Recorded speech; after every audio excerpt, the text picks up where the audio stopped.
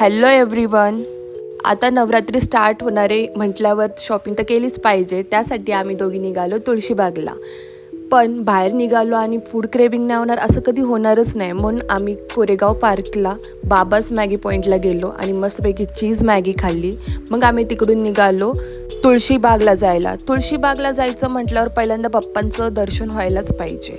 म्हणून आम्ही श्रीमंत दगडूशेठ हलवाई मंदिरचं दर्शन घेतलं. मग आम्ही तिकडून पुढे निघालो. थोडीशी आमची मस्ती चालली की जोक तर सांगू नाही शकत, पण मस्ती करत करत करत आम्ही शॉपिंगसाठी निघालो. मग आम्ही शॉप बघत होतो की कुठे चांगले घागरे वगैरे भेटतात की नाही, ज्वेलरी वगैरे भेटतात की नाही. पण आमचं मध्येच तुळशीबाग गणपतीचं दर्शन झालं. त्यांचं मन भरून दर्शन केल्यावरती आम्ही परत आमची शॉपिंग स्टार्ट केली.